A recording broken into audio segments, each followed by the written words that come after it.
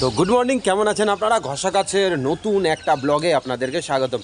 এখন আমরা রয়েছি আগ্রাতে। আমরা তো অনেকেই ঘুরতে আসি কলকাতা থেকে আগ্রা, আর আগ্রায় এসে সব থেকে বড় প্রবলেম হচ্ছে আগ্রার ট্রাফিক। প্রচণ্ড ট্রাফিক জ্যাম হয় এই আগ্রায়। তাছাড়াও এই ঘোরার জন্য একটা ভালো টাকা মোটামুটি গাড়ি বাবদ খরচা করতে হয়। খুব কম করে হলেও সারা দিনের জন্য গাড়ি বুক করলে 3,000 টাকা তো নেবেই আপনাদের কাছ থেকে।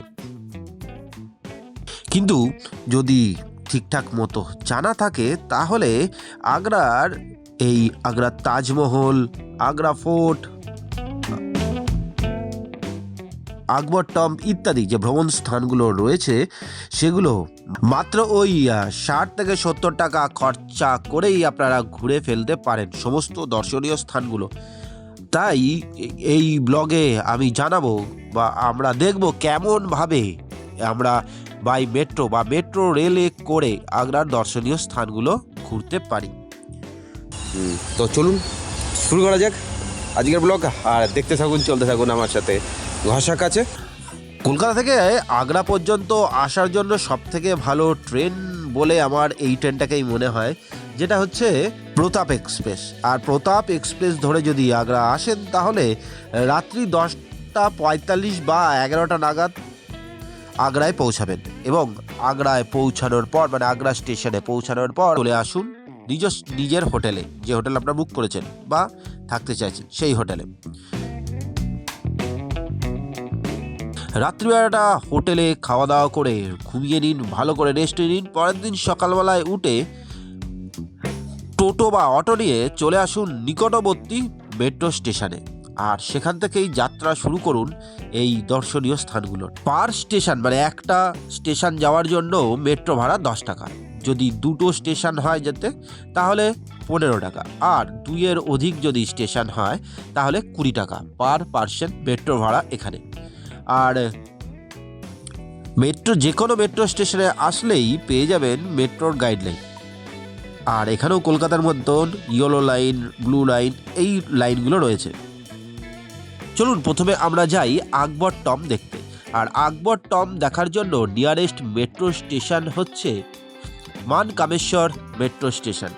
মানকামেশ্বর মেট্রো স্টেশনে নেমে কিন্তু অটো বা কারে করে 8 কিলোমিটার মতন যেতে হবে আকবর টম্ব বা আকবরের সমাধি দেখার জন্য। এটা 2025 সালের কথা বলছি, কিন্তু 2026 সালে যদি কেউ যেতে চান তাহলে আমার মনে হয় সিকেন্দ্রা মেট্রো স্টেশন তৈরি হয়ে যাবে কমপ্লিট।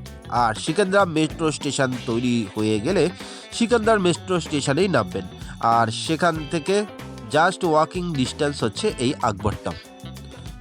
আকবর টম্ব দেখার পর চলে আসুন তাজমহল দেখতে। আর তাজমহল দেখার জন্য তাজমহল স্টেশনেই নামুন।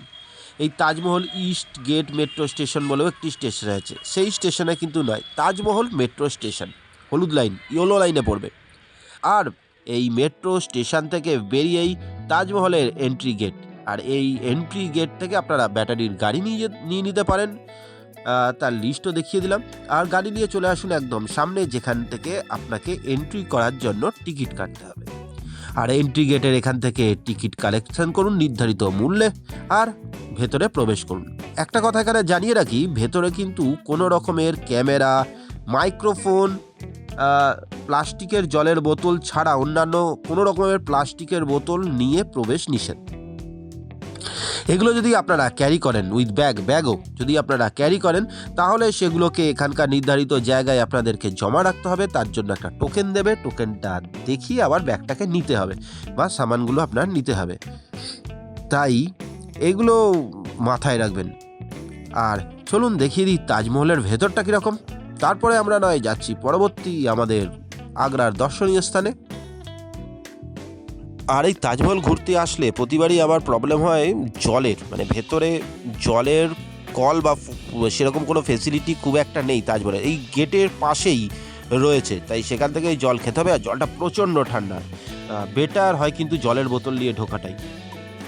আগে এই জলের বোতল নিয়ে ঢুকতে দিত না, এখন শুধুমাত্র জলের বোতল ক্যারি করতে দেয়, আর অন্য কিছু নয়। কিন্তু 50 টাকা দিয়ে টিকিট কাটলে এই এতক্ষণ আমি যত পর্যন্ত ঘুরলাম অত পর্যন্ত আপনারা ঘুরতে পারবেন। আর তারপরে যদি আপনাদের মনে হয় যে এই তাজমহলের ভেতরে ওপরে উঠে ওর চারপাশে ঘুরবেন বা ভেতরে যাবেন বা ওদিকে যমুনার দিকে যাবেন, তাহলে আপনাদেরকে 200 টাকা দিয়ে টিকিট কাটতে হবে। এই টিকিটটা আপনারা আমি আগের বলেছিলাম যে আগেও একসাথেই কাটতে পারতেন, 250 টাকা দিয়ে বাইরে থেকে। তো আমরা করিনি, আমরা 50 টাকা দিয়ে ঢুকে নিয়েছি ভেতরে। ঢুকে কত দূর আসা যায়, কতখানি ভালো লাগে সেইটুকুনি ঘোরার পর এইবার আমরা আমার পিছনে যে কাউন্টার রয়েছে এখান থেকে আমরা টিকিট কাটবো 200 টাকার আর যাব ওপরে। তো চলুন টিকিটটা কেটে নিই একবার। তাজমহলের ভেতরে ঢোকার জন্য এই সাইডে আপনাদের চলে আসতে হবে। এখানে নিঃশুল্ক রাখা, আপনাকে জুতো রাখতে হবে এবং পায়ে একটা মোজা বা কিছু পরে নিতে হবে। এগুলো এখান থেকেই পাওয়া যায়, আর সেগুলো পরে চলে আসুন তাজমহলের ভেতরে। আর অসাধারণ সুন্দর দেখতে এই তাজমহল। এতদিন যেটা লোকের মুখে শুনেছি বা দেখেছি, নিজের চোখে না দেখলে এটা বিশ্বাসই করতে পারবেন না, এত সুন্দর এই জায়গা। আর কথিত আছে তাজমহল দেখে ফেরার সময় কেউ যদি পিছনে ফিরে তাজমহলকে আবার দেখে, তাহলে তাকে আবার এই তাজমহল দেখতে আসতে হয়। তো আমাদের এখন তাজমহল দেখা শেষ, এইবার চলুন চলে যাই আগ্রা ফোর্ট দেখতে। তার জন্য এই আগ্রা তাজমহল স্টেশন থেকে আমরা মেট্রো ধরে নেব এবং যাব আগ্রা ফোর্ট বা আগ্রা দুর্গ মেট্রো স্টেশনে। তো তাজমহল ঘুরে আসার পর এখন আমরা রয়েছি আগ্রা ফোর্টের সামনে, আর আমার পিছনে এই যে রয়েছে আগ্রা ফোর্ট, আর আমার এই পিছনে রয়েছে হচ্ছে স্টেশন, মানে হচ্ছে মেট্রো স্টেশন। ঠিক রাস্তাটা ক্রস করে গেলেই হচ্ছে আগ্রা ফোর্টের গেট। এখানেও সেম সিস্টেম, এন্ট্রি পাস রয়েছে, নির্ধারিত মূল্য দিয়ে এন্ট্রি পাস বানিয়ে নিন এবং ভেতরে প্রবেশ করুন এবং ঘুরে দেখে নিন এই দুর্গটা।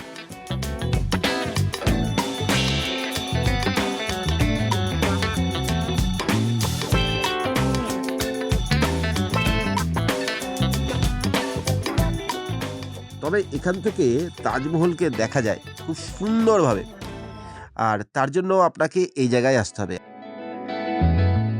আর এখান থেকে দেখে নিন কত সুন্দর লাগছে তাজমহলটা। এই আগ্রা ফোর্ট ঘুরতে খুব কম করে হলেও 1 ঘন্টা মতন সময় লাগতে পারে। অসাধারণ এই সুন্দর ফোর্ট এবং প্রচুর বড় এরিয়া। এখানেই আপনারা দেখতে পাবেন যেখানে শাহজাহানকে বন্দি করে রাখা হয়েছিল। এখানকার গাইডরা যে ইতিহাস বলবে, সেই ইতিহাসের সাথে আপনার পড়া ইতিহাস হয়তো মিলবে না, কারণ মুসলিম এম্পায়ারকেই এরা ভালো দেখায় অ্যাকচুয়ালি। কিন্তু আমাদের ইতিহাস জানি যে কিভাবে এখানে শাহজাহানের ওপর টর্চার করেছিলেন তার ছেলেরা। তাই এখানকার লোকাল গাইডরা যে ইনফরমেশন দেবে তার ওপরে বেশি গুরুত্ব না দিয়ে যে ইতিহাস আমরা পড়ে এসেছি সেটাকেই একবার চোখ বুলিয়ে নিতে হবে এখানে এসে।